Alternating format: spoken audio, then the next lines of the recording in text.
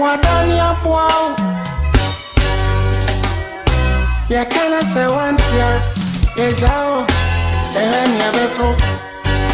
Mampam, oso wantia, so dogo vinwa bemu. Mampam, oso wantia, nani ya muka nyile guna swati, muwe swarevu. Mampam, oso wantia, muwe swarevu. Mampam, also until once upon a time, animal called Mampam. Any king where them go bring him. Mampam said that king know the force. Tiger was a king. Mampam said he know the force. Elephant come. Mampam, some better than you. The peaceful creature panda. Mampam said I want to know the force. Lion became a king. Mampam said I want to be the worst ever. Monsomere. Mampam now become a king. All the crawling animals, everybody become minister. Ya ton ya color TV. Ya dibia so sort of black and white. Oh my koneti. Oh my titi apan sam kura. Oh my ni ma Chinese yo. Oh my so. Paso auntie. So dogo binwa dem. Oso yo. Nani amuka nyile guna swati. Mube swarevu. Mampam. Oso auntie. Mube swarevu. Mampam. Oso yo. Mampam wetete se. Omani su. Onedi ojineni. Na ojari wewiemu no just wajane na bia so wewiemu. Mampam abobosia chanu hini bia watuna kunya no so pen. Ye muni odeye amim sam ni akasi sam kwa. Ya to ayanto yeti omaimu tisa mafrafo areho. Sakio tujini oje tuono na odi tuono. Oh yeah. So dogo binwa bemu. Na mampam no so ntiye no. So dogo binwa bemu. Mube swarevu. Mampam oso ntiye. Babylon so antene ho. Ehone taya yetini suono. Emra ye kaizayon. Samra bejilane. No hosu continue so. Ehone diense mko sensenia. Nebede ya 20 jejum. Ananafo asase so.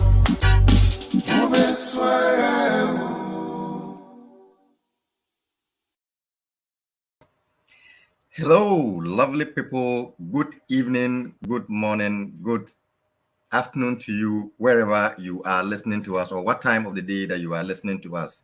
If you just tuned in, you are live on MyView show on Today Ghana News TV. And we're also live on Sakina Information Center in Tatali, also live on HIN FM 93.7 in Achim Himai in the eastern region of Ghana. We are also live on all your favorite social media platforms, live on Twitter, live on Instagram, live on LinkedIn.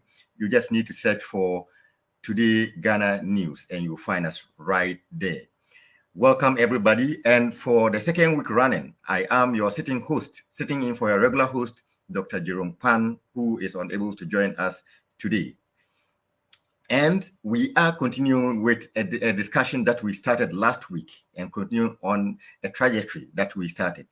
Last week, we had a very interesting conversation, and we talked about the Asin North by-elections, but from a unique perspective, looking at it from the perspective of the participation of diaspora in the politics of Ghana. This week, we are taking it a notch further, and we are discussing the broader issues, not necessarily related to the Asin North by-elections, but to the overall politics in Ghana as it stands.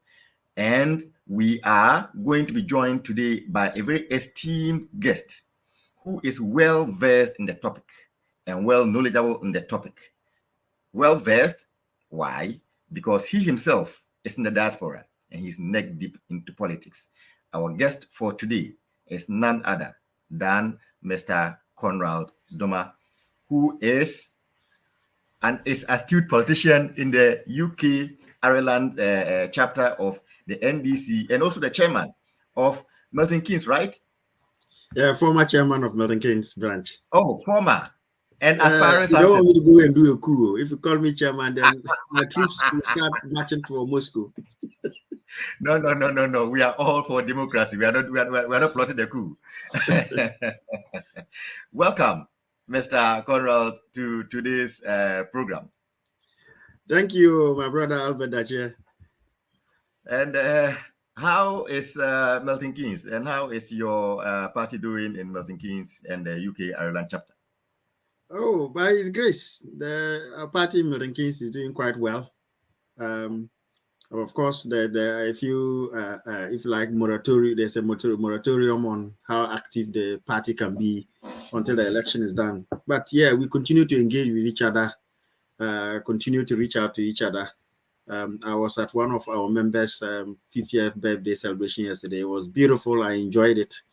So the activities still carry on as they need to be in tandem with the existing rules. But we're doing well. And I guess, most members in the UK and Ireland, they say no news is good news. So in the absence of hearing any untoward news, we pray that everybody is well, hale and hearty.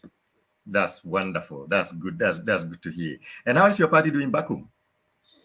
I think that our party is doing more than excellently back home. If we look at it from a trajectory perspective, we are literally our peak is ahead of us. We've got, if you like, a spring in our step, especially on the back of a very emphatic victory at Asin North. And then I think, to be honest, since General Mosquito took over, obviously, right after every election, you have that euphoria. And I think that General has been able to deliver. At Kumewu, we saw how we performed. We outperformed ourselves in 2020, even though it wasn't our stronghold. And in Asin North, we saw again we outperformed ourselves. We won it, retained the seat with a much more sizable margin. And everything seems to be pointing the right directions. The stars are all lined up for us as a party, NDC.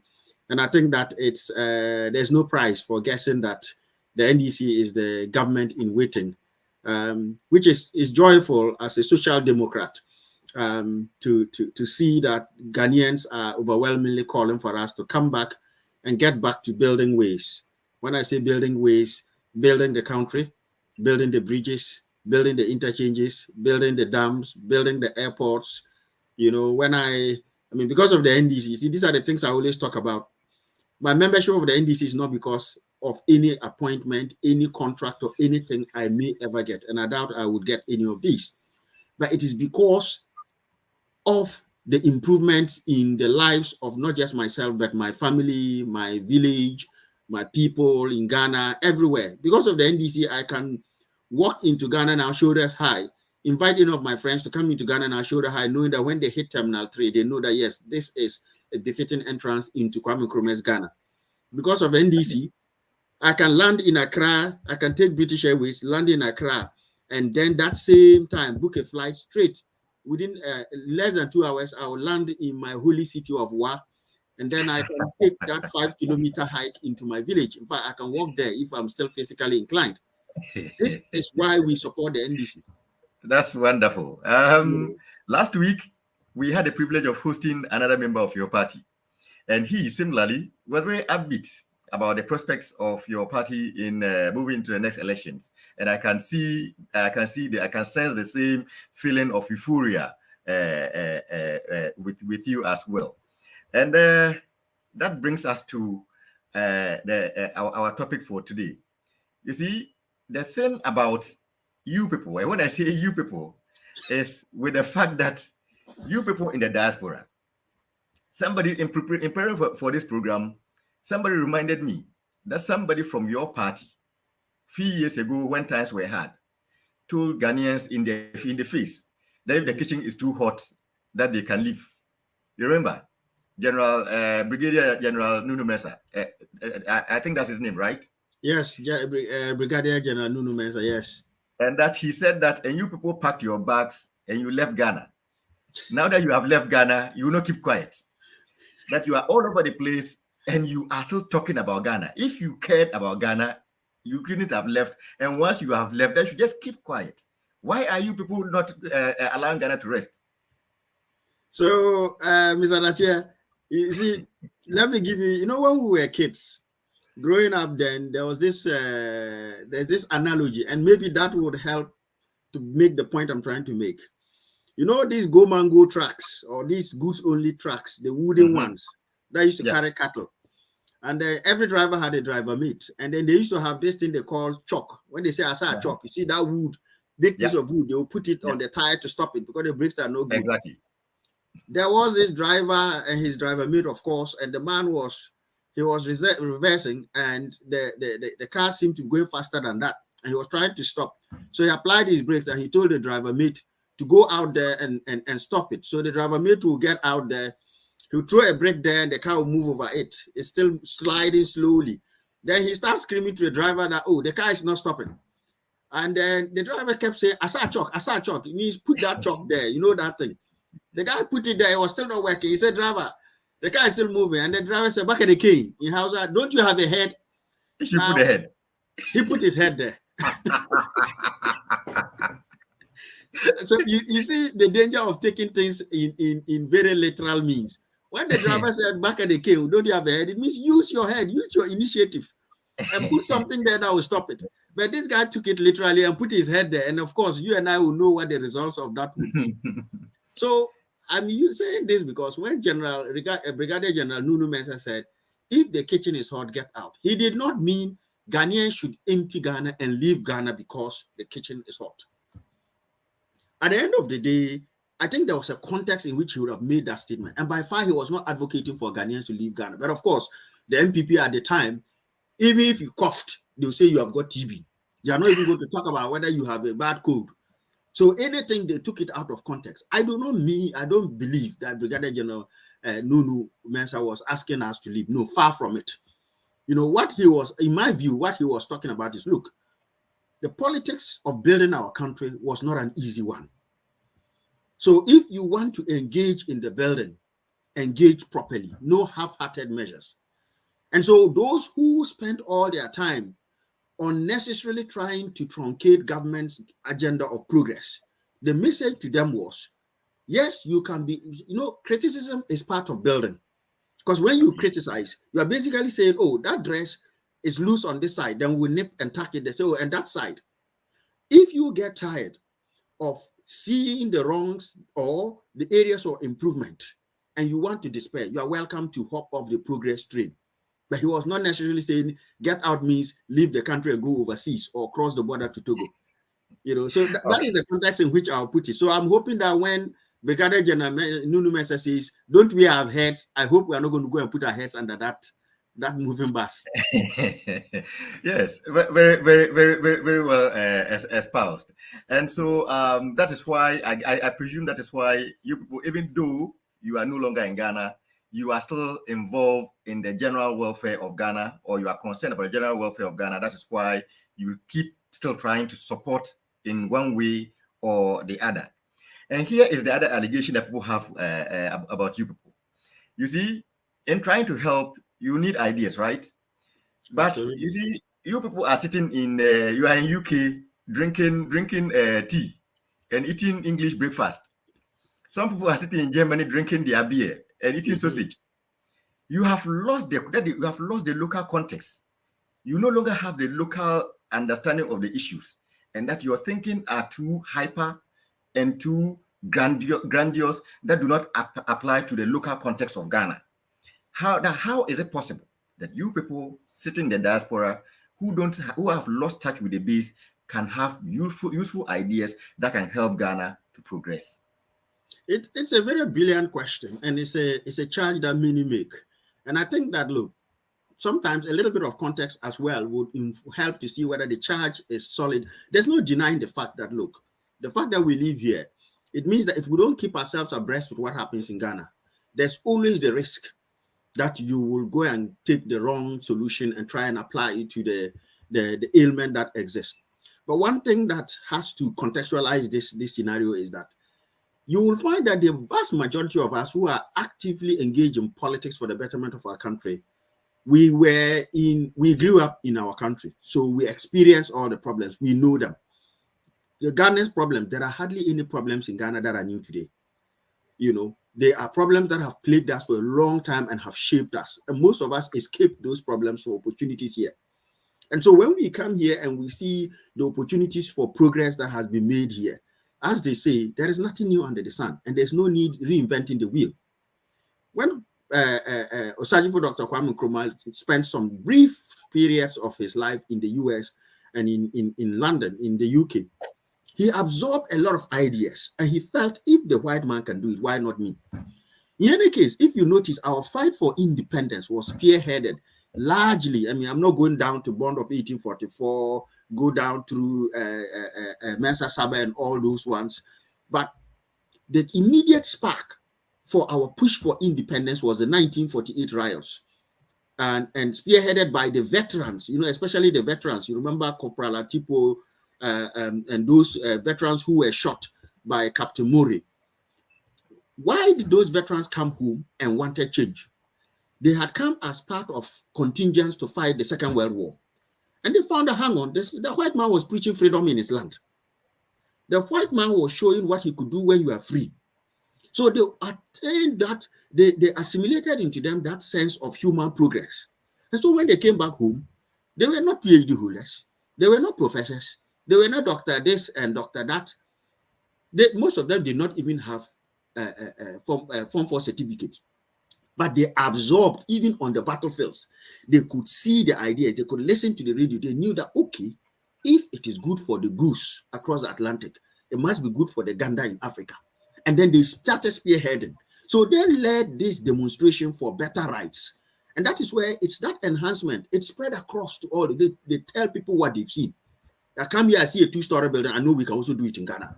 I see how they do what they do here. And so the exchange of ideas across civilizations has always been exactly that. Travel and see. Look at the case of the Chinese. They sent a lot. The state actually encouraged a lot of its people to go and study in top-notch universities across the globe and come back with whatever ideas they have. Not because you want to copy and paste, but we have to do what you call what? Inculturation. We have to situate it in our context. And so if I come and learn how to brew tea here, I'm not going to go home and say everybody should start drinking Yorkshire tea. But at least, okay, you remember when we were kids, cocoa seller comes in the morning, sells his cocoa, finishes. If you are there by 10 o'clock, if you are not lucky, you won't get the cocoa. You have to wait for watchy seller. And the watchy sellers too. We like watches. The jollof sellers that will do the lunch one. The evening time is where watchy sellers will come. Today, you go to Ghana, there's Cocoa King. The whole idea of come to the West and see that they're able to also preserve their puddings. They're able to, you know, if you look at the typical pudding we sell here in that cup, pretty much that's Cocoa King in Ghana for you. Now, the other day I went to the African shop and I bought some cocoa. I know it may not be like the organic straight from the, but once you warm it up and you mix it up, at least it's okay. So some of those ideas, you come here, you see how they preserve their food, you come home and you're also able to use that to preserve our cocoa, not to ship Yorkshire tea home. No, because we will not drink that one. You know the Ghana tea, when we are drinking Ghana tea, it must come with a massive piece of bread. No kind of that bread, no tea. And then you have, if you are part of the bourgeoisie, then you have some chibom on the side, you know, the crate of eggs. They'll load it for you. Whereas over here, this is where if your English friend invites you to tea, don't think you are going for a banquet with bread. Better eat before you go. They will do a small teacup like that, and then you sip. You know, African man will just drink it at once. Yes, so you have to lay foundation from home before Lay the before foundation, you go. then you go and get the superstructure and the lintel level in that place. You have to go back home for roofing. But the point Wonderful. is, we come here, we absorb ideas. No amount of money that diaspora send home can solve the problem. I mean, we send home over $4.5 billion every year as diasporians. It helps, but it is the ideas that, you know, you go out, you see, you take back. Even in Africa, even in Ghana, people, I mean, back up, those of us up north, people used to go down south and come back with something novel. And then it catches on fairly quickly. You know, so borrowing is not a crime. Civilizations have always borrowed. Civilization started in Africa. Egypt, Kemet, that's the actual name for Egypt, Kemet. It's the civilization where the pyramids, if you look at the position of the sun, it was Egyptian philosophers or astrologers who established that the earth was orbiting the sun, not the other way around, long before Europeans caught up with that. That civilization was taken over by, you know, the Greeks that moved into Egypt. So when you look at some of the Ptolemaic pharaohs, they were Greeks that came in, conquered part of Egypt and ruled for a while. The Romans in turn borrowed it from the Greeks, but the Greeks stole it from what? Egypt. You know, in fact, the other day I was even reading something. You know, the process for making iron in this country that spurred the Industrial Revolution. It was stolen by slaves in Jamaica. Slaves in Jamaica who came from West Africa. And you know, those of if you know, so Navrongo, for example, was a hotbed for, I mean, iron foundry, being able to make local technology on how to make spears. The days of the ancient Ghana empires, the Mali Empire, the Songhai empires, we had our indigenous iron foundries, our indigenous ways of getting iron from scrap metal, right?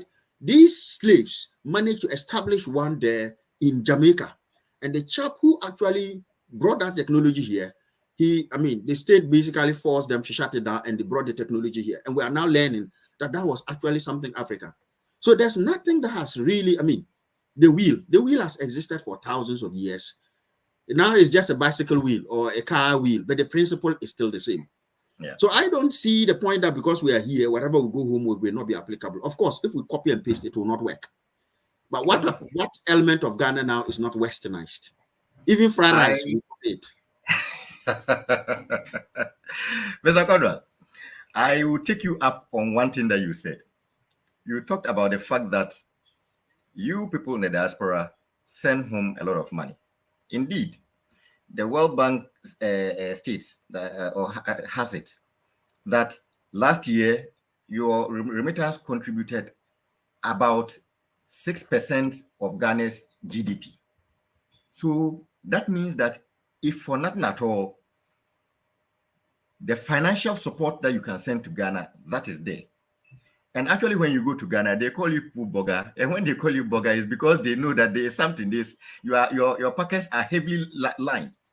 And so you can give financial support.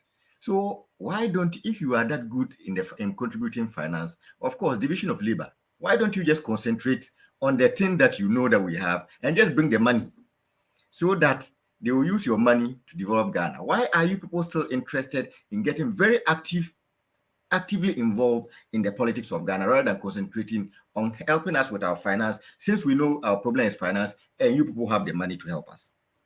It's a very good point you make. And I think that the point is when they say we concentrate on coming into politics, actually the diaspora go into so much more than politics.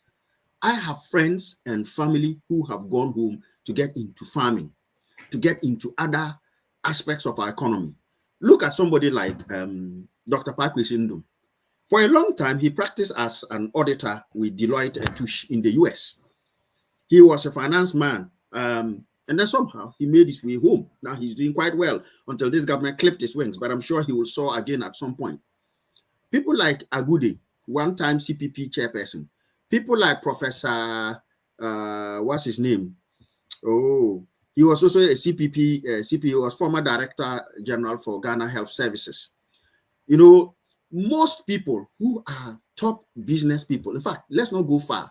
Our own Ibrahim Mahama, one of the biggest business magnates in Ghana. He was in the diaspora. He studied in the diaspora. right? He studied in London in the 90s and went back home and started Engineers and Planners in 97. One of the good things, and I'm not saying that people cannot start businesses in Ghana organically and grow and establish. Many have done that. But what you find is a lot of diasporans, when you come here, you see business models that allow you to see the opportunity in Ghana.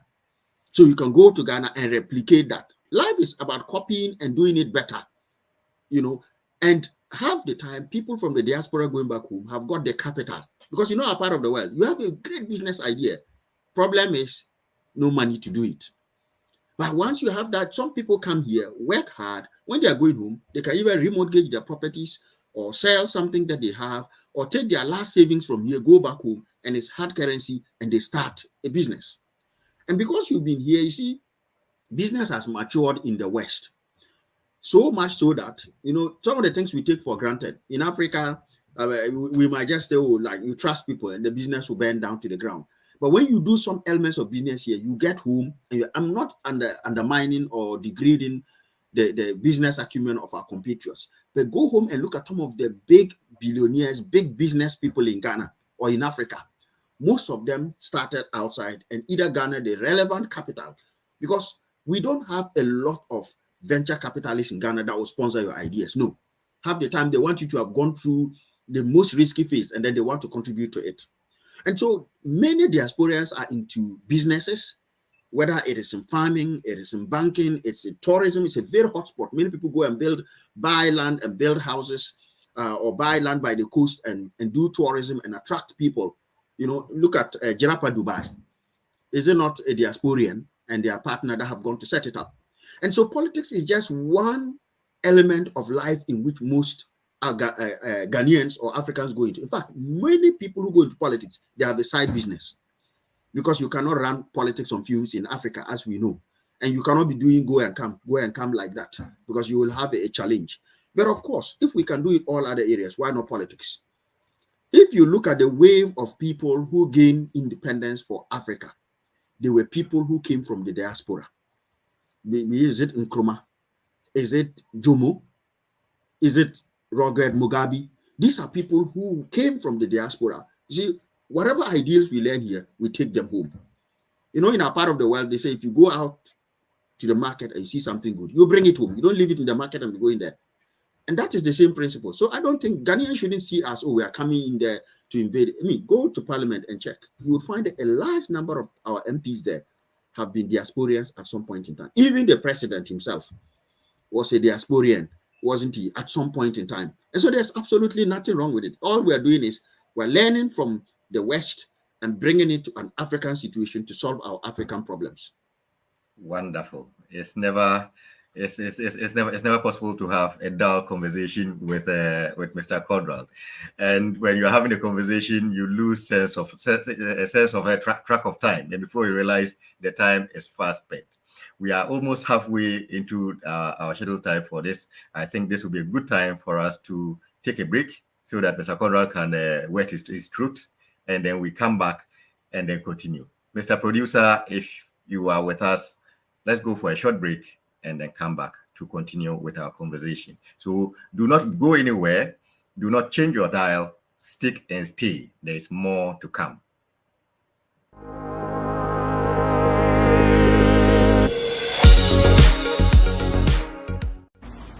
I'm Edna Sabonia. Join me on Today Ghana News TV for news updates on every Friday at 18 hours GMT.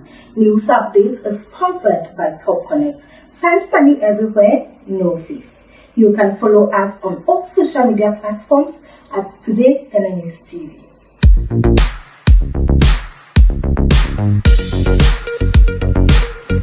Today's Ghana News TV is 2 years old, and we continue to give you the very best. Within our 2-year period, we have introduced our newspaper, the Evening Tribune. Tribune, when it comes, tribulation, you should expect it. It comes with all the hardcore news items, and we report it as it is, as you see it, and as you hear it. So do make a date with us. It comes out every Wednesday, so Thursday morning is right up there. Get a copy of it and get more informed. Do get in touch with us, and we have any article, we will do the publication for you.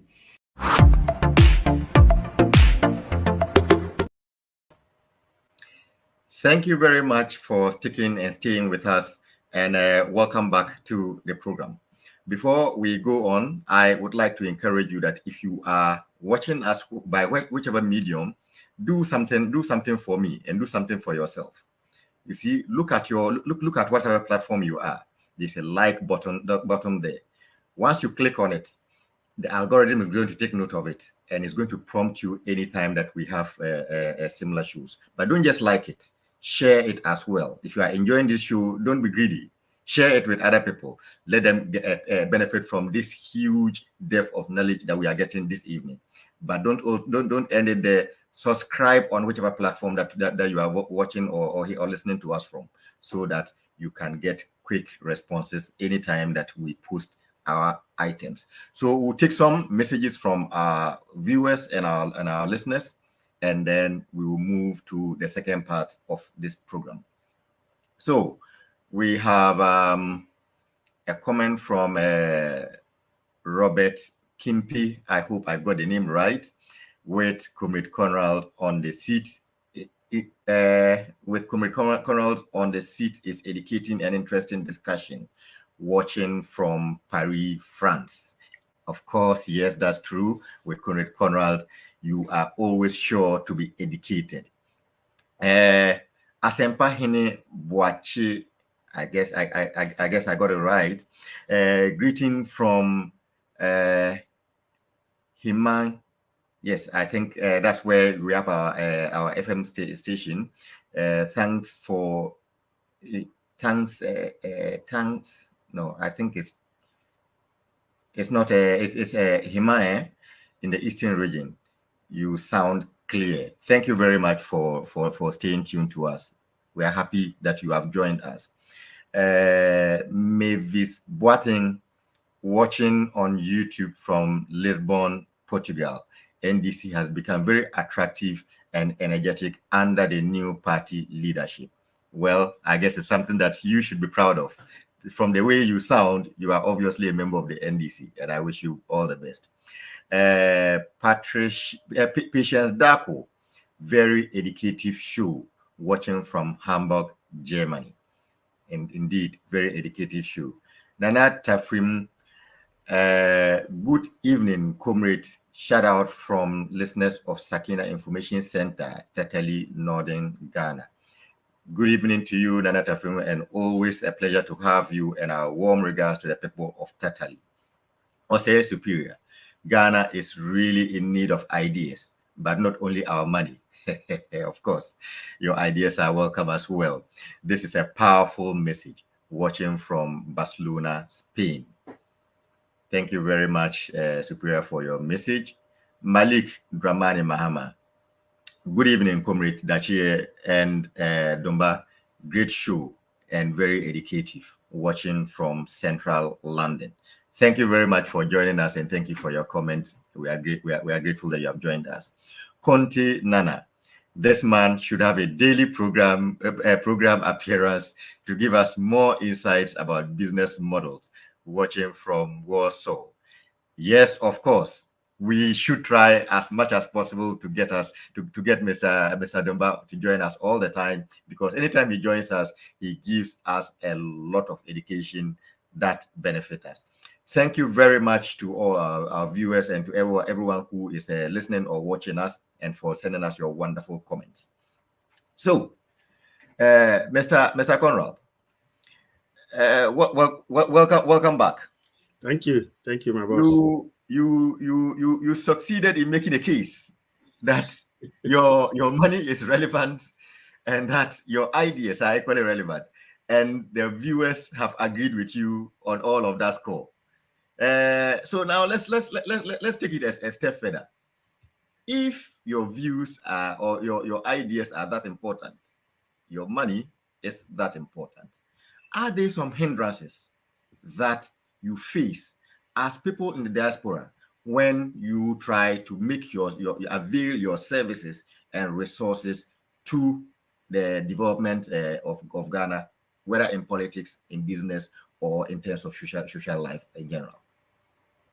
Thank you very much, Mr. Dachie. I think that, look, the answer there is yes. And we speak from a very practical perspective. there are a fair number of hindrances that usually they get others to despair and turn around, and others still plow on. Generally, the business environment in Ghana doesn't tend to be very welcoming of people with ideas who are prepared to come and make a difference to the country without laying half of their money into the foundations of people's pockets. That is one of the biggest hindrances. Mr. Achie, say you suddenly say, you know what, I want to go home and run a company that has, say, provides ambulances to all corners of the country. And we don't need a situation where, see, as a government should generally be providing public goods. And what are public goods? Public goods are generally goods that you cannot exclude others from enjoying. A typical example is roads. I mean, you can't build a road and say others should not share. So government should be in the business of providing those kind of public goods and then amenities like schools and all that stuff. But of course, private individuals should be encouraged to get into building their own schools. Back in the 90s, there were not many private schools. Now there is a sizable chunk. Hospitals, for example, instead of the business of government is in providing good healthcare, good transport, providing good education. The business of government is not necessarily saying that only the state must provide these. And so where a government can create an enabling environment to attract the right level of investment that allows you to make sure you have good quality schools, whether private or public, if it's affordable, of good quality. Great hospitals, whether public or private, affordable and regulated to be of good quality. I mean, in Germany, you guys have a good model. Many other countries have a good model. They get into the business of what? Insuring for that. Looking at things like transportation, for example. Now, if you were to go today to say you are going to Ghana to go and set up a transportation company or a company that has ambulances across all towns in major towns or constituencies, forget this one constituency, one ambulance thing. You could have got a private person to do it. If you went home today, and I'm not speaking political now, I'm speaking pure business and economics. You want to register a company, my brother, where in Germany or in the UK or in the Western world, you can even do it from the comfort of your own home, have your bank account open, and get yourself certificates to move on. You get to Ghana, you want to even open that company, you go to the relevant agency. I know they've digitized it a bit now, but you know what works. You started and it's not working, you have to go back there, because if you go there, somebody will get something from you. The one person to sign something from you, you have to pay for the value of that pen. Otherwise, you don't get that signature. And time is money. So many people have been frustrated by the red tape, by the bureaucracy. And the people who are already in the system, after a while, you get used to it. It adds to the cost of business. People who have been away from the system for a while, when you get in, it can frustrate you. So that is one thing that you see a lot of expatriates, not just we, the diasporians, going back home, but some expatriates go home with a good business plan. They find that half their capital has been spent bribing everybody from the security man before you can even enter the gates, all the way to Oga at the top. You present a very brilliant business plan. Me and my partners want to build a railway from Aflao to Elubo, from Accra to Hamele, and they say, great. And they say, where's my 10%? You haven't even started the business, and then the 10% is coming. The big C word, corruption. It affects you. And to make that worse, we have a problem with trust in our part of the world. I always sometimes say we hardly have African Christians. What we have is churchgoers. We hardly have Africans who are true Muslims. What we have are mosque goers. Of course, when you are looking for true African traditionalists, that one we don't joke with it. That's why when they say you should go and swear by Antoine Yame, we won't. Set up a business today in Ghana and put a small shrine in front of it and tell your workers, anybody who takes something, you are finished. They won't touch it. But you set it up and say, Mr. Nyame, the next day, half your wares will be out of your warehouse with no money coming in. We have a problem with the average employee in Ghana. And I'll speak from Ghana because I'm from Ghana. Some of our local parlance terms don't help. They say everybody chops from his workplace. So you run a business today. Let's say you go to Ghana and you are running a business. You say you are going to do already made wache. Half of it will go into the stomachs of your employees before it goes out there. You are running a supermarket and half of your produce will be stolen by your own people. And you can't do anything about it. The difference, I'm not saying that there's no theft here. There is theft here. But over here, you can prosecute. In Ghana, if somebody steals from you, try getting the police to get involved. First, you will have to pay for the taxi fare of the policeman to come and look at the incident. They will arrive having come with no pen or paper. You'll have to pay them to even attend the case. And when they are gone, you have to follow up. Anytime you follow up, you will pay through your nose till you get tired. So see, these are some of the enabling business environment.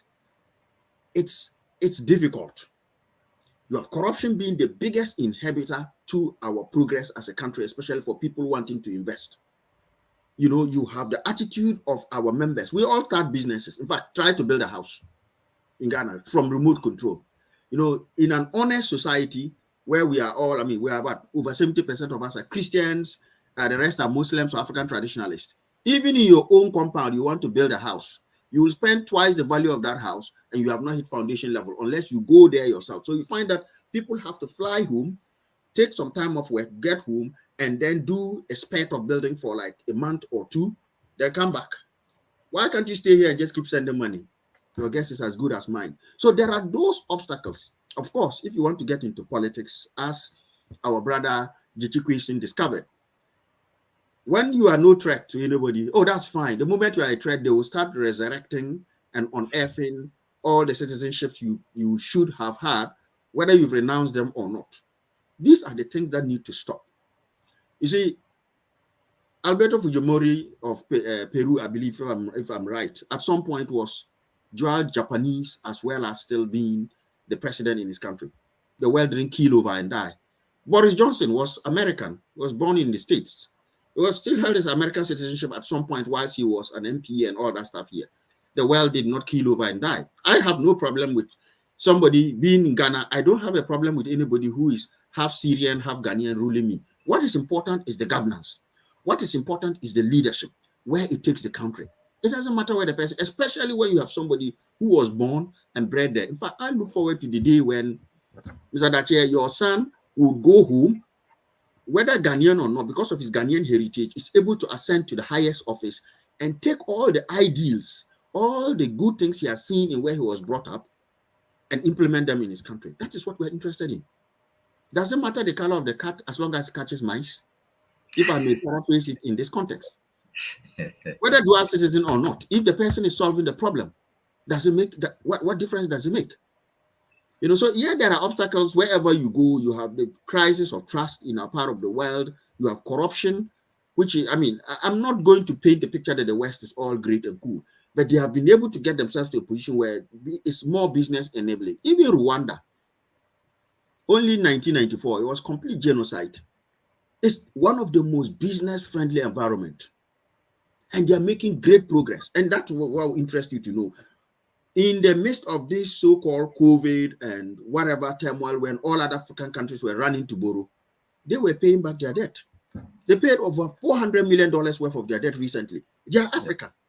Even the UK now wants to send people who cross the English Channel to Britain. They want to send them to Rwanda. And they are making a case that it's safe, it's a good country. They are not sending them to Ghana, unfortunately. We haven't had that accolade heaped on us. You know, they are welcoming. Those are the obstacles we face. And I'm sure what we need is a government that will remove some of those obstacles, create massive land banks that allow people with a capital in the diaspora who want to invest to come and invest, so that you don't spend half your money buying land that has already been sold and sleep in court all the time. Yes, Mr. Duma, I was having this conversation with a colleague of mine, and you know, we're trying to psych ourselves up and give ourselves some psychological boost to go back home and save our motherland. And one of the issues that he came up with was with the fact that people that when even you try to avail yourself, people back home see you as a threat, and that you come back with so much potential, but all the way through, people are putting spokes in your way and trying to prevent you, and that you've watched over time, and that you could have, that if you see the progress that you could have made, had you been in a more conducive environment that's welcoming, that you probably would have been able to make much more contribution. But because everybody is trying to block the path of another person, so that it's almost like as though once they do that, it creates another pathway for themselves.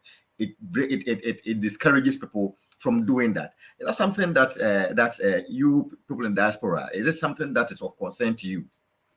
No, absolutely. So inbuilt in that particular point was one, the attitude of people, and two, the lawlessness in the sense that there's no rule of law. So even if you came up with an idea and you went and you started the business, the next thing you know is the next big man or politician will quickly come, copy the same thing you've done and get police to arrest you, and they will actually prosecute you for your own business. So that doesn't help. And like you rightly said, everybody is putting obstacles in your way whilst taking as much as they can away from you, until whatever you have got is literally whittled away. I see many people who, and I'm not speaking, I mean, metaphorically here, literally, they go to Ghana with brilliant ideas. They go into Africa with brilliant ideas, with a capital. A year or two later, they are back here, completely a pale shadow of themselves because they don't know where to even look. I went home to run this business to help. In fact, some people run a business here and they decide to replicate the same business in Ghana, and then they come back with sour grapes in their mouths because of the experiences they have suffered at the hands of the people with power, where people are not interested in them making progress for the betterment of everybody, but in how much they can squeeze from them, using the law to their own advantage. I mean, there are people who go to Ghana, you go and buy land, you start building, halfway, the next thing you know, land guards. Then the next thing you know, they raise your building down. You know, and you lose thousands of dollars or euros or pounds and all that stuff. So we in Ghana are our own enemies. If we are able to allow people, look, somebody comes from wherever they've come from with whatever they have, let them progress. When they progress, the dividends of that progress will percolate through society. Even if they succeed and they are giving their money to no one by putting it in the bank, that bank now has more money that they are able to now lend to other businesses. When they buy wachi, when they buy cocoa, and you know the experience too, it's like, because we miss it so much, when we go home, we'll be binging on it. You see, especially you, the German buckets, they say you don't join queue. And when you finish buying, you say keep the change. You see, a good example of that scenario is one of the people that you mentioned when the program started, Dr. Papa Kwesi Indu, who went to Ghana to establish a lot of companies. And he has been deliberately frustrated out of the system such that the companies that he established in Ghana, similar companies in the US are doing very well. But in Ghana, we found it fitting to collapse his companies, thereby in the process making Ghanaians unemployed. And he is replicating similar businesses in other West African countries with good sources. But in Ghana, his own hometown, his own country, we have found a way of preventing him from running a profitable business. So these are some of the things that we talk about. But I would like very quickly on that one. I mean, Ndom's case is so sad that, as you rightly said, he has a branch of his GN Bank running in Illinois and doing very well. And yet in Ghana, on the basis of some flimsy excuse, we shut him down, even when he had external capital from investors to come and run in. And you know, at some point, GN Bank was the only bank that even had more branches than Ghana Commercial Bank. You could go to villages that Ghana Commercial Bank, NIB, the state banks, Agri Bank were not servicing. He had branches there. Sakote, Nangodi, all those kind of villages. He had branches there across the length and breadth of the country. The other sad part is, remember this gentleman, RLG man, the Ghanaian who was building laptops in Ghana. He had his phones. Your phone broke, you took it back to his repair shop, and they will repair it and give it back to you. What did we do? We frustrated the guy out. I know some of his programs had a tint of the big C on it, and so he was rightly handled. But he's doing at some point, he was doing very well in the Gambia, doing very well in a state in Nigeria. And he still has some factories in China and doing his business there. He's literally been frustrated out of the system. Can you imagine if RLG had continued to grow? Today, RLG should have been having laptops. Already they were competing. Many schools were going for RLG laptops. And the beauty of it was that he had his repair shops. So you didn't even have to worry about whether it's a Dell that when it drops, you can pick it. If it drops and you can't pick whatever you have, go to the nearest shop, they'll put it back together for you and send you on your way. That is the model. Look at our own Kantanka, Safo Kantanka. He's building cars. Government doesn't patronize them. But you see, the Japanese, when Nissan started, it was like a 10 bucks. There was a running joke in the 70s that if an old lady punched a Nissan, it would dent. It was really that bad. But the government will embrace its own, warts and all, and encourage it. Because now, all the Nissans we are buying, the Qashqais, the Nissan pickups, we love V8s. It's a Toyota, isn't it? We love all the what do you call it? This is our famous pickup, Toyota Hilux. Hilux, yeah. That is all going to Japan. When would we get Kantanka to also start building, even if not the pickers, start continuing the Go Mango? Remember our Go Mango trucks? What happened to our Go Mango trucks? Imagine if we had continued to patronize our Go Mango trucks. Back in those days, every secondary school had a Go Mango truck. What happened? We put them aside and we started buying Tata buses from India. Now today, Tata owns Jaguar Land Rover. So if you are driving a Range Rover around and you are smiling, it's owned by Tata from India. When will our Tatas be encouraged by government? So I agree with that point you make, absolutely. Government must be an enabler and not dumping down business, regardless of what the political colors of those businesses are. Wonderful, wonderful. So we are winding down now, and we don't want to despair. We don't want to give up, even though there may be challenges. So, assuming, of course, that's not happening. But assuming I was president now of Ghana, okay, your part. Assuming your part. No, please. Okay, I changed my question. Now can I have my 10%? Assuming next year, come 2024, your party wins the elections in Ghana, and His Excellency President Mahama picks up the phone and call you and say, Mr. Conrad Dumba, I have heard you speak on several platforms. Very, very, very, very wise man, very intelligent man with a lot of ideas.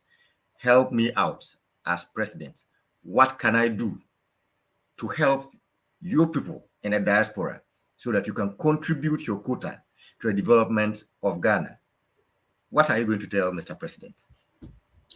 Thank you very much. I think the first thing I would say, and I think he himself has already identified it, removing any obstacles to allowing diasporians to participate fully, not just in the politics of our country, but in everything else. I would say to him, go ahead and revoke that article in the Constitution that bars diasporians from representing their country at any level in the country. That allows them to come home fully and contribute as much as they can. More importantly, there are many things that we can do for ourselves. Some countries have done it, and this is why I keep saying we don't need to reinvent the wheel. Something as easy as a diasporian bond.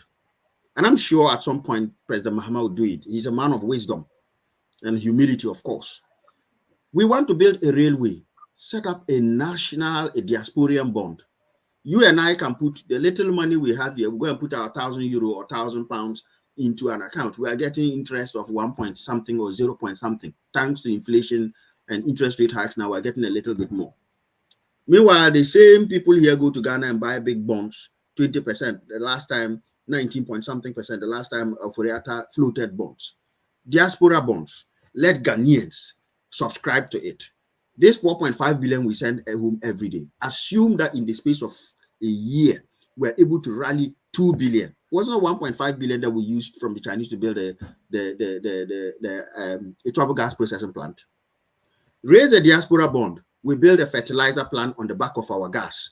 We fertilize the entire stretch of our country and we produce food. Raise a diaspora bond. We build railways across our networks so that there are platforms, there are stations. Each station, somebody will be selling food. It will create jobs. There will be a conductor. Even, you remember those days when it was only STC and Tata Osa who were in town? We didn't have a lot of business. Kingdom Transport, what do you call him? OA buses came along and now business is booming. Government should be able to tap into the reservoir of funding that diasporians have. But we also have to be given that security that our money will not be whittled away and there will be no default on it. That way, if we have Ghana International Bank already across in this part of the world, let them issue that bonds. We bank with them. They can use that to help shield the cedi from this foreign exchange that depreciation, whilst using it as a ready source of funding for development. That is possible. We want to contribute to our country. We don't want to come and sit down as ministers or whatever. What we want is be allowed to invest in our country safely and also be given opportunities. Like I talked about land banks, priority sectors where wherever you come from, whether you are Ghanaian or not, you want to come home and invest. You should be able to come home, spot the opportunities, have a government agency that encourages you to set up as quickly as possible. Of course, without damaging the environment or stealing from the state. We don't want those parasitic contracts where you go and sign a contract with government to give you the money to then build for government, then you take the money and disappear. We don't want those kind of contracts. But we want to enable diasporans. Your beautiful station, for example, government should have a plan for saying, how do I help Today Ghana News TV to expand in Ghana?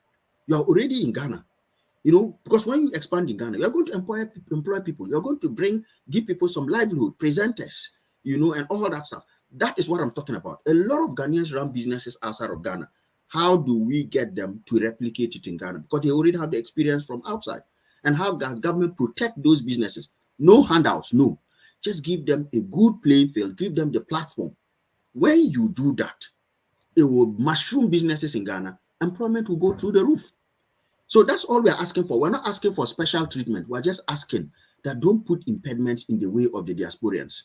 We don't need diasporans coming home to be ministers. We need diasporans being allowed to come home and practice. The nurses that came here 20 years ago, they want to come home and set up clinics. They want to come home and set up maternity homes. We should be encouraging that. And by God, that is possible. That will reduce the pressure on government to build hospitals and clinics across the country. And all we now need to do is to resource the NHIS to make sure that if you go home and set up a hospital in your community and you treat 10 people, you're able to get your money. Not the current situation where NHIS is broke. You go and treat them and you spend the little savings you have got trying to bribe NHIS people to pay you the money that you are entitled to. That is not business friendly. Wonderful, wonderful. I hope some way, somehow, somebody is listening and taking notes to be able to create to create this platform whereby it will be a launch pad for diasporans. As Mr. Conrad says, diasporans don't necessarily want to come home for appointments. They want to be given the chance to invest in the country that they love, because in the process, everybody gains. Everybody wins. It's a win-win for everybody. Thank you very much, Mr. Conrad, for joining us again for today's show.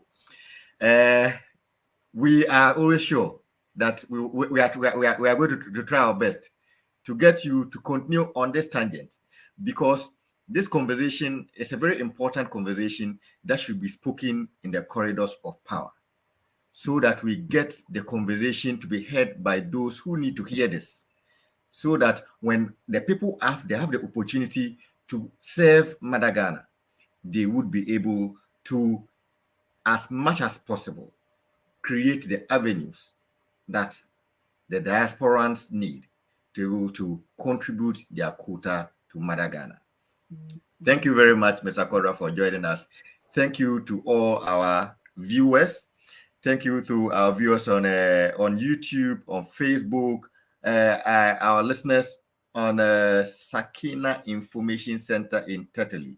We love you and we are happy that you're able to join us. To our listeners in HIN FM 93.7 in Achin Himai, you are welcome and thank you very much for tuning in. And for those who have joined us on all your favorite social media platforms, as I said, share this link to another person who will share to another person. Let these words of wisdom travel as far as possible and let it sink in. Thank you for being with us. And until we join you same time next week with another interesting program, enjoy yourselves, have a nice time, and stay tuned to Today Ghana News TV, your best TV station talking about relevant matters, not only in the diaspora, but in Ghana as well. Stay tuned. The country where I come from, the truth is an irony, just like animal farm. Justice mean inequity, so who go say the truth? Who go say the truth?